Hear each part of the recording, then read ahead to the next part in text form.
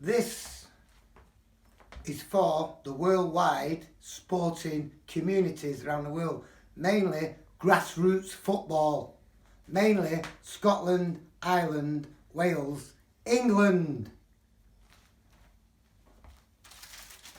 A famous geezer called Bill Shankly once said something to do with it's more than life itself, football.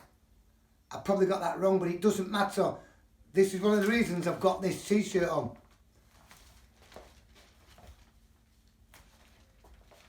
He's been famous number 10s, famous number 9s, Alan Shearer, famous number 7s, famous number 3 defenders. I can talk on behalf of all the amateur footballers around the world, especially England, especially Manchester. I can talk for all the semi-professional footballers around the world, mainly England, mainly Manchester, mainly Cheadletown Football Club, Gary Sharp, Junior Lindsay and Colin Chisholm. 4 of us went and played for Cheadletown Football Club, Manchester in the early to the late 80s. That's another story. I've been asked to do this by my director Lyndon. Thank you, Lyndon, because I had no idea 2 days ago what was going on. I read something about what Philip Neville, is it Philip Neville? I think it's Philip Neville. Philip Neville, I need to light a candle. Philip Neville said something to do with the current situation and what's going on, and I was shocked to my boots and feet, because this has been going on for the past couple of years about trying to create a Super League, which is absolutely disgraceful and ridiculous, but it's all right. My brother Cesaro Antonio Recruit Waters Boa has just said something to me that sums it up. But before I go into what my brother says, I want to share this with some people out there that understand football. You've got Queen's Park Rangers as the oldest manager, I would say, in the world. He's 70 odd. Can't remember his name, but people know who I mean. Queen's Park Rangers. And also, I want to mention a couple of English football managers like Terry Venables, Graham. Shit. He used to be with Arsenal years ago, and he was a brilliant manager. Graham Souness? No. Well, we can mention Graham Souness, like Graham Souness and the other guy that was Liverpool's striker, and he was Graham Souness and other Scottish geezer, and can't remember his name, but he was one of Liverpool's famous strikers. Can't remember, but so Redknapp, the father,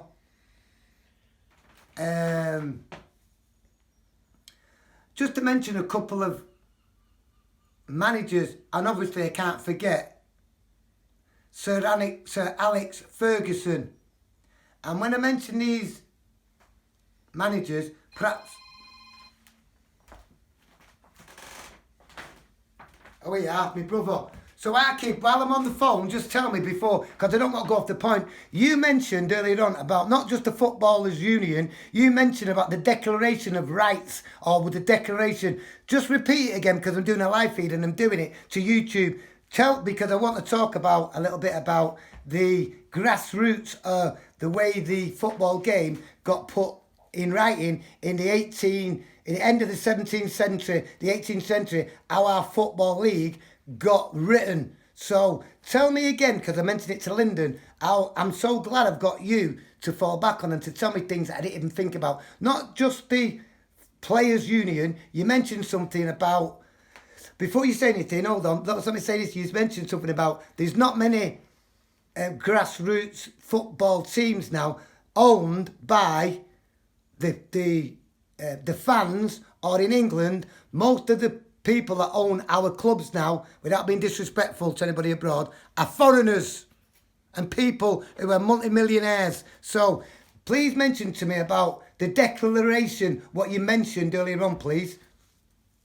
Article 20, Universal Declaration of Human Rights. Hold on, one minute, let me repeat that. So the Article 21, did you say? And, who's saying All right, go on then. Can you hear him all right on that?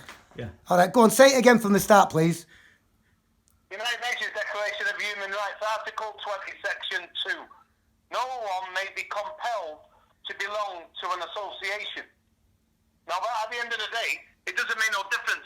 If we have, like I said, if we have football players and we're all football people, if the players' union people come out on there and turn around and say, we don't agree with it, we've got going on strike, who's going to play for him? So we've got to have solidarity within the players of the football, which we've got. Chelsea's just made the declaration that they're making the papers to withdraw and come back out of the European Super League. Brilliant. Well done, Chelsea. They're the first ones out of the 6. So Chelsea, so basically, this is going nowhere. But like I said to my brother Alfonso, the government has got to have a responsibility for allowing teams to come and control our football. And 17, 16 of the teams of the Premier League are owned by foreign investors and foreign people that don't care anything about grassroots football. All the fans. Anything about football in England or where football comes from. All they care about, the Glazers and the other people, is money and the billions that they've got. But they haven't got a clue about football, Fonso. And this is the prime example of where football's going. Because the people there who start thinking that we're stupid in England, this is England, this is Britain, this is United Kingdom. Now, this is one thing that we're going to have loyalty and solidarity about in the United Kingdom, whether it's Wales, Northern Ireland, England, or Wales, Scotland, and even Scotland. even the Republic. We're solidarity in one thing: that football's a global. For the love of the sport, support, and that's what it is. I like that. 1 minute. For the love of the sport, support, and that goes down to the supporters because they make these companies, they make these football clubs what they are. The supporters. The love of support comes from the Belize Football Association, Bertie Chimilio. That's what his motto was: for the love of the sport, support. And where did he come from? The Belize. I believe I didn't know that. That's a beautiful saying. So I just quoted something about Shankly because I'm going to go to the newspaper and read out. Well, can you read it for me, then, because you're a good reader. Can you read that please? There. Oh, this bit here? Yeah. Okay. The socialism I believe in is everybody working for the same goal and everybody having a share in the rewards. That's how I see football. That's how I see life. And that was... Brian Cooper's already said football is for everybody, not for the 12 greedy, average and greedy people, especially from America, who think they can come over here and buy everything. And all the people around the world, because they're billionaires and multi-billionaires and don't care about the common man. And Cess, the players are not interested in money, are they? I mean, they played for nothing, weren't they? No, they wouldn't. He's taking a piss. That's why we're going to see now, even Gary Lineker, even though he had his millions in the Panama Papers and stuck all his tax money away in the Panama Papers, came out.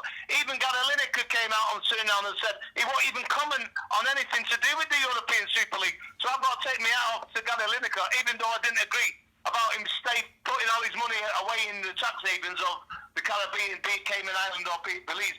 But I will say one thing, Gary Lineker, well done, because he's come out and says, regardless, whatever, he's one of the main commentators in the UK, as is Alan Shearer. Well done to you two, and well done for having solidarity, and especially Gary Neville. Now, at the end of the day, we'll see. If there's nobody playing, regardless about the money, this is not about any money with the players. They get enough money, as we know. But how are they going to get the players to play in a European Super League?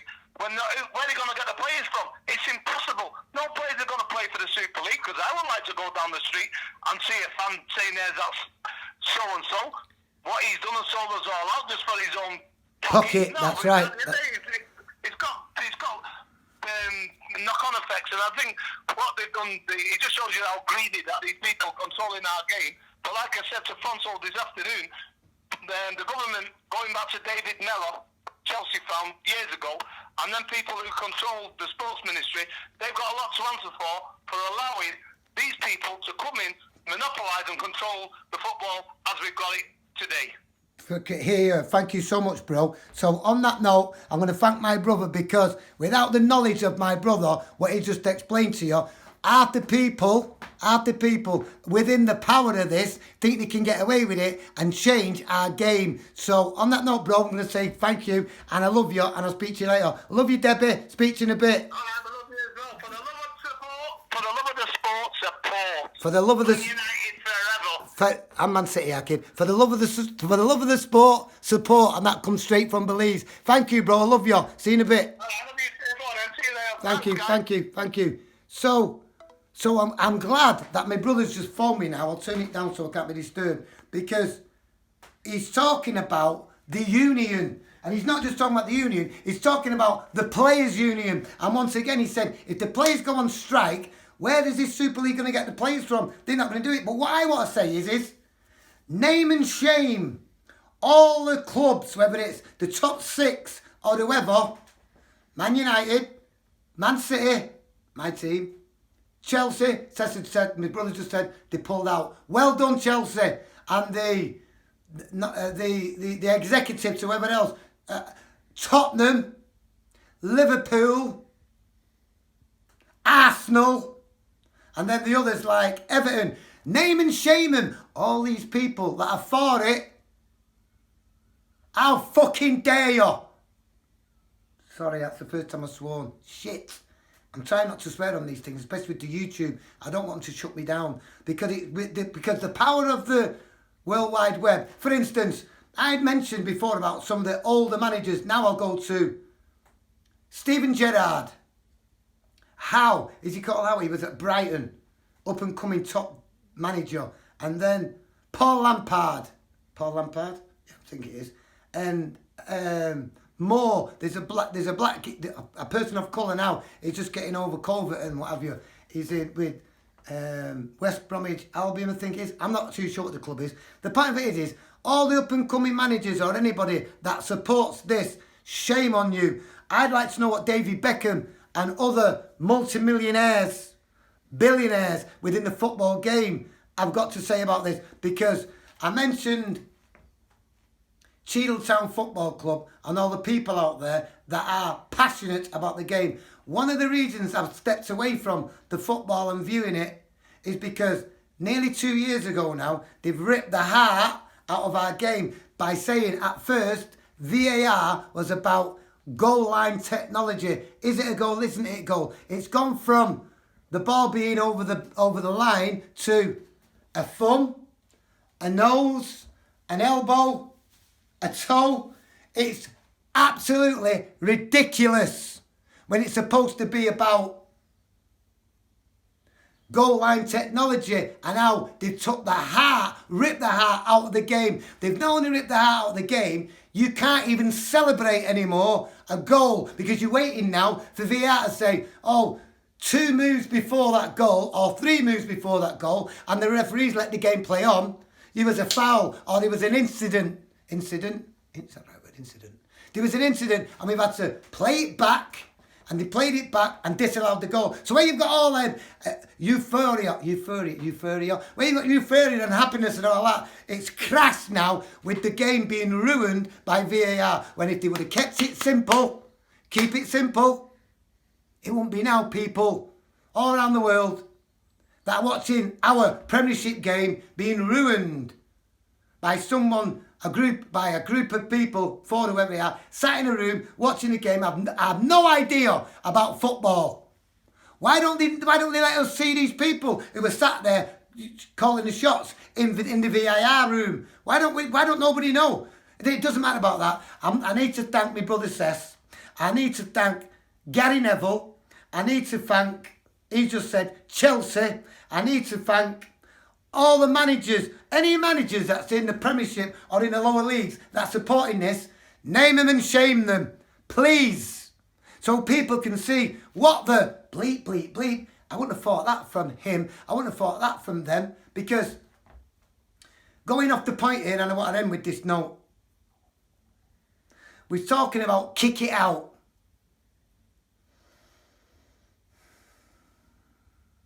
The people out there that don't know what kick it out is, it is kick racism out of the game. Well, I want to make 2 points, 3 points here to finish this off, because this European Super League is absolute I'm trying not to swear and it's very difficult. It's not just absolute nonsense, it's diabolical and it's criminal. And it just goes to show you the people with the power, with the dollar, who are controlling our game. Like my brother said, there's hardly any English supporters, clubs, own their clubs, especially the lower leagues, like what Macclesfield went through, like all those clubs now that are ruined through COVID and not having fans to give them money to pay the bills. So on that point, I'm going to finish with that. I want to mention to people out there that have no idea about Kick It Out and what Kick It Out is and what it's all about. First, before I make that point, I want to thank the lower league footballers and the upper league footballers who refused to take the knee. I want to thank them. Whether they come from abroad or they come from Scotland, Ireland, Wales and England. For those out there that chose to have a voice and let people think about not taking the knee, I commendate you. I praise you. And then people out there scratching their head are thinking, what the WF, whatever it is, oh my God, what's he on about? Because there's a bigger picture here and it's been taken out of concept. So on the point of Kick It Out, I want to mention to the people in Ireland, Scotland, Wales and England. Have you ever seen in the past 3 to 5 years a person of colour linesman? And we're not just talking about, I'll just flip over a bit, rugby, cricket, snooker. Stop it, you. We're talking about our national games. Rugby, cricket, football, our national games. Go back to football. So there's one for you, rugby. There's one for you, cricket. Umpires, football. Umpires, cricket. Rugby. Let's just talk about rugby for a second. Have you ever seen a linesman of colour in rugby? No, you haven't. Have you ever seen a referee in rugby of colour? No, you haven't. So let's now flip it to football. The more ladies in football, the better. Divine feminines, what you are. The more lionesses that are on TV having a view about the men's game, the better. So let's flip it now back to football. Linesmen, people of colour, no. Referees, people of colour, no. Managers, people of colour, no. Why is that? Because until we're talking about institutionalised racism, until you go to the top and fiddles down, nothing's going to change. And you've got all these panels of people that run our game. There ain't no people of colour within these panels from the top. And they're getting away with it year after year, year after year. They're getting away with it. Why is that? Because from the top down to the middle, to the bottom, like my manager said about the pyramid situation, they're full of shit. So there's a point for you after this. Kick it out. Kick it out. Linesmen, referees and managers, ask yourself why there is no people of colour. You've got Nottingham Forest, he was a Tottenham player, then he went somewhere else, and you've got this more geezer. I've been getting the signal that we've got a call. So I want to send that seed out there to the people that care, passionate about the game, especially the professional footballers, and I'll end with this. All you people out there that advertise alcohol and gambling, shame on you! People die through alcohol abuse. People die through gambling. But yet you's ex-professionals out there from all sorts advertising on the TV and on the sports, football, advertising, gambling, cricket, rugby. Shame on you.